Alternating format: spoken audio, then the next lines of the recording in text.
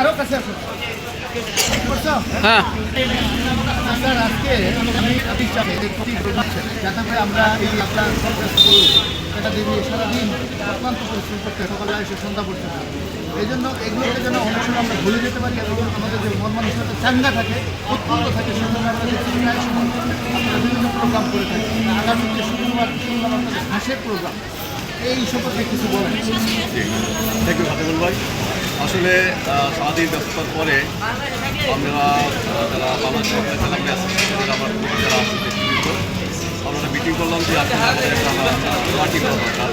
সেক্ষেত্রে চিন্তা ভাবনা করলাম যে আসলে আসলে কী পার্টিটা করা যায়। সেক্ষেত্রে আমরা হাঁস পার্টি আনকমন নাম দিলাম হাঁস পার্টি এবং আলহামদুলিল্লাহ আমরা অনেক টাকা দিতে অংশগ্রহণ করে ফেলছেন এবং ইনশাল্লাহ আমাদের ভালো একটা হাঁস পার্টি হবে আগামী শুক্রবারে। ভালো কোয়ালিটি হবে 23 তারিখ আপনার ইভিনিং।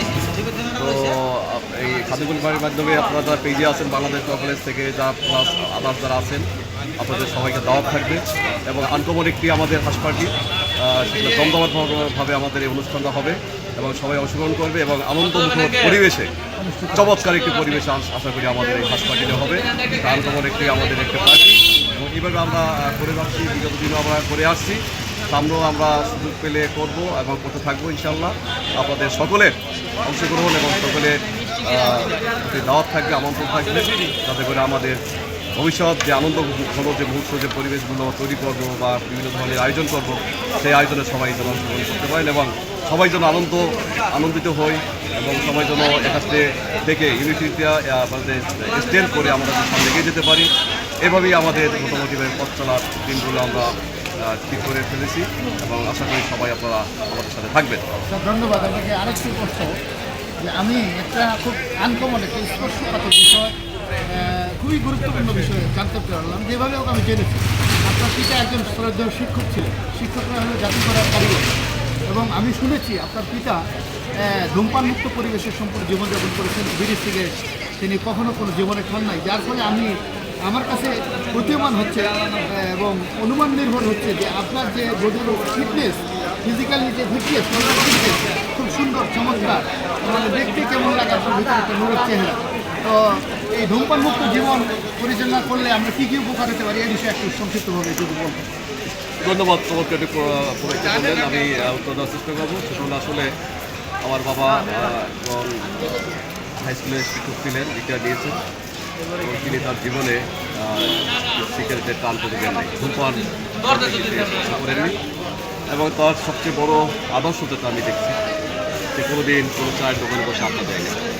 তাই এই কারণে ওই দোকানে আমি শিক্ষক হিসাবে দোকানে যদি আমি বসি তাহলে ওখানে আমার অনেক ছাত্র অনেক গার্জিয়ান তারা দেখা গেল যে ধূমপান করবে না, পান বিড়ি এই জাতীয় যা আছে তারা স্পর্শ করবে না, ওই দোকানের বিক্রি কমে যাবে, যার কারণে কিন্তু সে কোনো চায়ের দোকানে বসে আড্ডাও দেয় নাই তার লাইফে। ধূমপান তো স্পর্শ করা দূরের কথা। তো ধূমপান আসলে স্বাস্থ্যের জন্য অনেক ক্ষতিকর, সেটা আমরা অবশ্যই চেষ্টা করবো ধূমপান থেকে দূরে থাকে এবং ওপেন স্পেসে যে ধূমপান করা এটা থেকে সম্পূর্ণভাবে বিরত থাকতে হবে। কেননা আপনাকে আমাকে দেখি অনেকে শিখবে, জাতি গড়ে উঠবে আপনাকে আমাকে দেখে। আমরা যদি ভালো পথে থাকি পরবর্তী প্রজন্ম যারা আছে তারাও ভালো পথে আসবে। আমরা যদি অভ্যাসগুলো পরবর্তী প্রজন্মকে শিখাই তারাও আমাদের দেখে কিন্তু অভ্যস্ত হয়ে যাবে, জাতি কিন্তু ভালো হবে না। সেক্ষেত্রে আমাদেরকে এগিয়ে আসতে হবে। আমি যদি ভালো থাকি পরবর্তী প্রজন্ম বা আমার বন্ধুবান্ধব আশেপাশে যারা আছে তারা আমাকে দেখে কিছুটা হলেও শিখতে পারবে। ধূমপান যদি করতে ইচ্ছে করে সেটা গোপনে, প্রকাশ্যে না। ধন্যবাদ স্যার আপনাকে। আচ্ছা, প্রকাশ্যে জনসমক্ষে ধূমপান থেকে বিরত থাকার জন্য আমি যে কার্যক্রমগুলো চালাচ্ছি অ্যাক্টিভিটিগুলো সেগুলো আপনি কীভাবে দেখেন? অবশ্যই আমি একটু আগেই শুনলাম যে আমাদের প্রিয় খাদিমুল ভাই উনি ধূমপান না করার জন্য একটা আন্দোলন উনি করছেন দীর্ঘদিন যাবৎ। আমরা এটা আমরা ঢাকাবার এবং সুপ্রিমকোর্টের আমরা যারা কিছু আইনজীবী আছি আমরা অবশ্যই ওনার এই মহান উদ্যোগের সাথে সক্রিয়ভাবে সামনে অংশগ্রহণ করবো এবং ওপেন প্লেজে ধূমপান যাতে কেউ না করে সেটার বিষয়ে আমরা সচেতনতা তৈরি করবো এবং আমরা এই খাদিমুল ভাইয়ের এই যে উদ্যোগকে দিন দিন উত্তর বৃদ্ধি পায় এবং সচেতনতা তৈরি হয় সে বিষয়ে সফলতা আমরা মনে করি। Thank you. ধন্যবাদ স্যার, আসসালামু আলাইকুম। ধন্যবাদ স্যার আপনাকে। Thank you.